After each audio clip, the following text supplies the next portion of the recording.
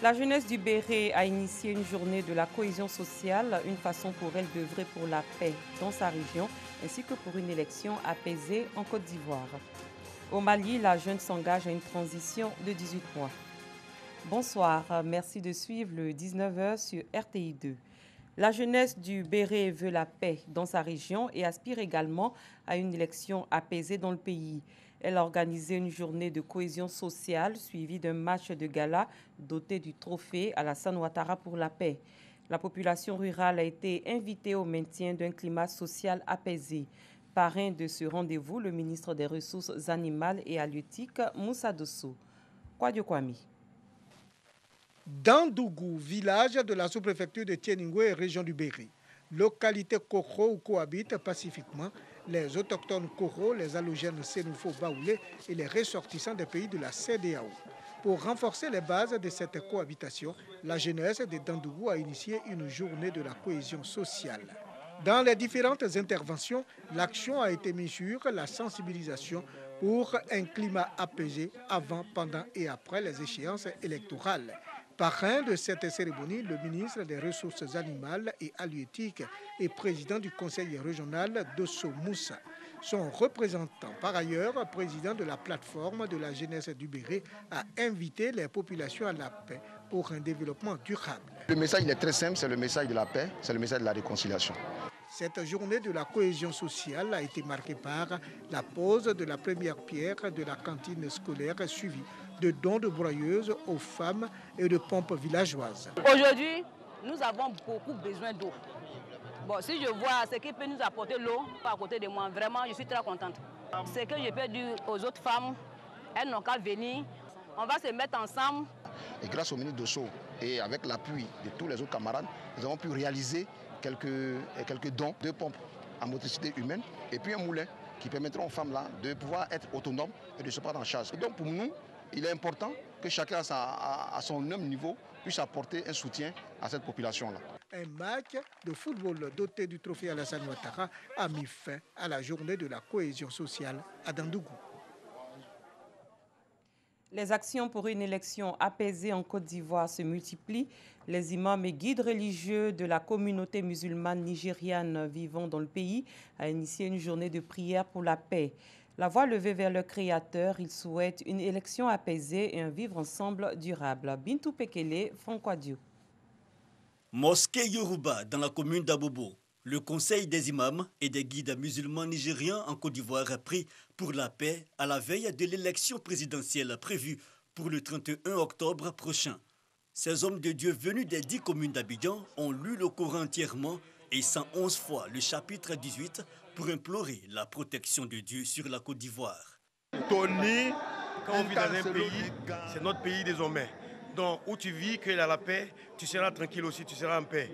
Donc, s'il n'y a pas de paix en Côte d'Ivoire, les Ivoiriens et les non-Ivoiriens ne seront pas en paix. Donc, il est très important pour nous, pour qu'on puisse faire des prières, des bénédictions pour que la Côte d'Ivoire retrouve la paix. Et ce doigt-là, cette prière n'a pas été initiée par le Nigeria ou la communauté nigériane.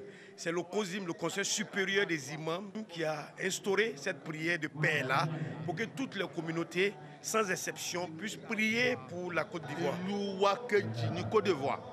Les fidèles de la communauté musulmane ont également répondu à l'appel de leurs guides religieux. Ils veulent tous la paix pour leur pays d'accueil. On dit Nigériens, mais pratiquement nous sommes tous des Ivoiriens. Donc, nous ne savons pas où aller s'il y a un problème.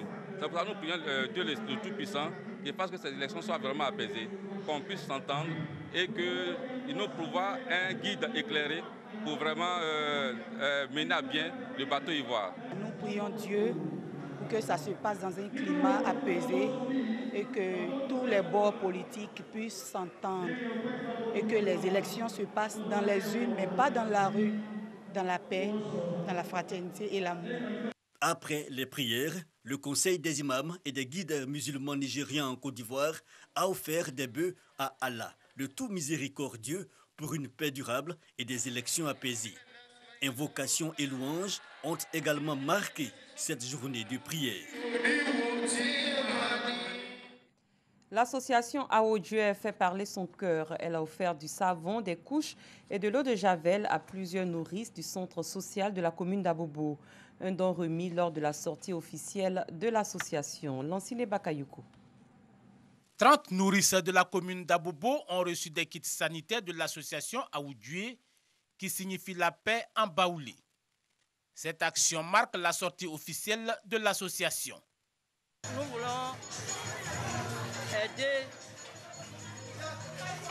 des personnes en difficulté. Nous voulons travailler au compte de la population. Mais on demande à Maître Bakayogo, qui est notre maire, et je lui dis que nous sommes là, nous en Aodieu, qui se souvient de nous, qu'il entend nos cris. Nous demandons aussi aux hommes de bonne volonté de nous venir en aide pour pouvoir vraiment faire l'œuvre que nous avons commencé. Les bénéficiaires ont traduit leur reconnaissance à cette association qui regroupe les femmes artisanes du grand marché de la commune d'Abobo. Je suis très contente de ce don. Je prie Dieu pour que l'Aodieu puisse aller de l'avant. Comme ça, nous on peut recevoir toujours des cadeaux. L'association Aodieu entend promouvoir la paix, la formation, l'éducation et l'assainissement du cadre de vie des populations. Un mot de culture à présent, direction le Moronou pour découvrir là aussi. C'est une danse des réjouissances devenue musique. Mais là aussi est également un élément fédérateur qui fait la promotion des valeurs du peuple Agni Morofou. On en parle plus amplement dans cet élément proposé par Eugène Atoubi. Studio de Radio Moronou à Bongwanou. L'animateur du jour, en complicité avec son technicien, sert aux auditeurs de la FM 100 de la musique du terroir, principalement de la Houssi. Avant, on ne connaissait pas trop la musique Houssi. C'était encore des chansonniers, des personnes qui étaient vraiment dans le domaine traditionnel. On espère qu'avec la petite action que la radio mène, cette musique-là pourra rayonner. Il y a aussi que dans une espèce de fierté très marquée chez les autochtones Agni de cette région, chaque village a voulu en être à la fois fervent défenseur et promoteur. On peut dénombrer plus de 200 groupes dans le Moronou. Oui, à deux fois, souvent, nous chantons en Ashanti. Donc, c'est l'identité de l'Agni Morofou. Toutes les chansons que les jeunes d'Aoussi exécutent ont un sens très profond. Ça amène à modifier son comportement. Dans un élan de saine en concurrence, nombreux groupes Aoussi se sont constitués et font la fierté du département dont ils sont issus. Dans celui de Mbato, par exemple, près d'une dizaine répertoriés, avec pour locomotive le village de Ngoyinou.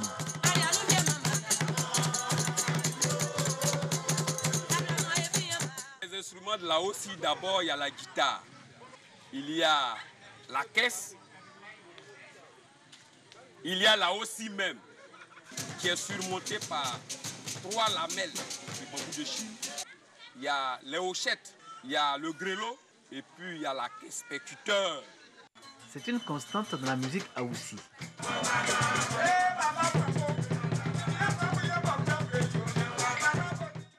Si chaque groupe affiche son identité, tous adoptent la même rythmique qui tire sa source du folklore Ashanti au Ghana, d'où sont arrivés les Agni Morofoué pour s'établir dans la région du Moronou. Bongwanou, son chef-lieu, est considéré comme le précurseur en Côte d'Ivoire de cette musique. C'est en 1967 que l'idée de créer cette danse prend forme. 3 années plus tard, le premier groupe Aoussi est porté sur les fonds baptismaux au quartier village de Kandandi pour devenir plus tard ensemble musical. Ceux qui avaient de beaux langages, ceux qui savaient critiquer l'état de la société, ceux-là se donnaient à la Aoussi et c'est eux qui parlaient des jeunes filles prostituées, qui parlaient des voleurs, qui parlaient de tout le monde. Et c'est comme ça que c'était la Aoussi. Il y a des cadres, en tout cas, qui ont de bonne volonté, qui ont accepté de produire certains artistes Aoussi. Je veux citer comme ça Aoussi de Kangandi, Aoussi de Kinimokro, Aoussi dans plein de régions. Et vraiment, au plan local, ça marche, mais au plan national, l'Aoussi n'a pas encore trouvé sa place. Secret de Polichinelle, tous les groupes Aoussi que compte le Moronou vivent la même galère. De cet art, les tenants n'en tirent aucun bénéfice financier. Seule satisfaction pour l'heure, ils contribuent à l'illustration de la région du Moronou par cette musique dans laquelle le peuple Agné-Morofoué affiche fièrement son identité. À l'étranger, le chef de la junte malienne, le colonel Assimi Goïta, s'est engagé hier à instituer un gouvernement pour rétablir un pouvoir civil dans les 18 mois après l'adoption d'une charte de transition. Ami Koulibaly. À l'issue de 3 jours de discussion, la charte de transition a été présentée samedi à Bamako. Le texte adopté samedi à Bamako fixe la durée de la transition à 18 mois et charge un comité formé par la junte de désigner un président civil ou militaire pour diriger cette transition. Il prévoit aussi 3 organes de transition, le président et son vice-président, le Conseil national de transition regroupant 121 personnes réparties entre les forces de défense et de sécurité, le M5, coalition de l'opposition, les partis politiques, les journalistes, la société civile, les religieux, la diaspora, les jeunes et les femmes, et qui aura les prérogatives d'une assemblée. Et enfin, un premier ministre à la tête d'un gouvernement de 25 membres. L'article 19 de la charte concerne particulièrement la junte et ceux qui ont participé aux événements allant du 18 août à l'investiture du président de transition. Cet article stipule qu'ils bénéficient tous de l'immunité juridictionnelle. Ils ne pourront donc pas être poursuivis ou arrêtés pour des actes posés lors des 10 événements. Rappelons que selon la constitution malienne, le coup d'État est un crime imprescriptible. Le rapporteur de la réunion désigné par la junte assure que le document est adopté de facto par acclamation. Sachez que le M5, le mouvement du 5 juin, vient de rejeter le projet de charte de transition. Des centaines de migrants Rohingyas qui ont fui les camps de réfugiés sordides du Bangladesh au début de l'année se sont fait dire qu'ils commenceraient une nouvelle vie en Malaisie dans un peu plus d'une semaine. Mais au lieu de ça, un groupe composé principalement de femmes et d'enfants a dérivé pendant plus de 200 jours de terreur en haute mer jusqu'à ce qu'ils débarquent cette semaine sur la côte nord de l'Indonésie où ils sont maintenant de retour dans des tentes de réfugiés. Ami Koulibaly. Indonésie. D'un bateau à l'autre, l'odyssée de l'enfer de 300 réfugiés Rohingyas. Pour fuir la misère des camps au Bangladesh et dans l'espoir de rejoindre la Malaisie, ils ont erré 7 mois en mer avant de débarquer en Indonésie. On a payé environ 2028 € aux passeurs avant de monter à bord du bateau qui était censé se rendre en Malaisie. Mais les contrebandiers nous ont envoyés sur un bateau sans moteur et on est finalement arrivé ici, en Indonésie. Ils nous donnaient une poignée pleine de riz une fois par jour. Si on en demandait plus, les morts nous battaient. Dans cette torture mentale, on a atteint l'Indonésie après 7 à 8 jours.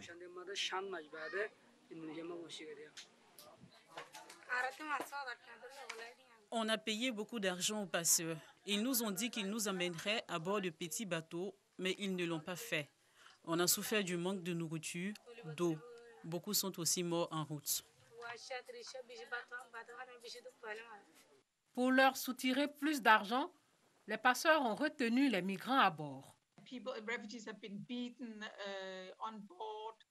Des réfugiés ont été battus à bord. Ils ont été abandonnés sur de petites embarcations juste pour dériver avec peu d'eau et de nourriture. De plus, les réfugiés qui sont autorisés à débarquer, ce sont ceux dont les familles ont payé.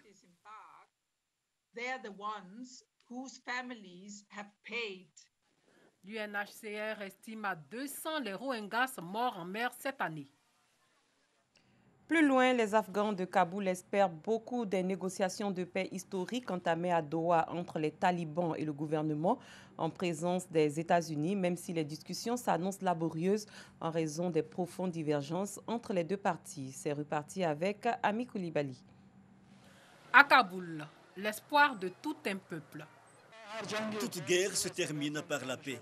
Il ne fait aucun doute que la guerre en Afghanistan se terminera aussi par la paix. Les Afghans attendent beaucoup de pourparlers entre talibans et gouvernement.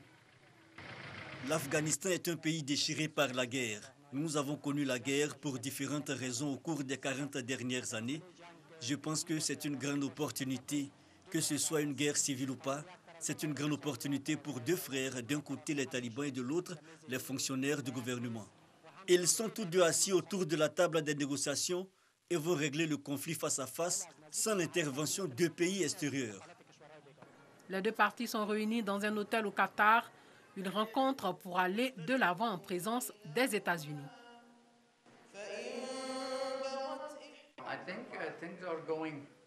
Je pense que les choses se déroulent relativement bien. Nous restons prudents. Les délégations afghanes se sont rencontrées. Elles ont nommé un comité de chaque côté et elles se réuniront à nouveau pour élaborer une feuille de route pour leur travail. Ces négociations sont historiques, mais leur issue est encore très incertaine. Fin de cette édition. Merci de votre aimable attention. Très bonne soirée. À très bientôt.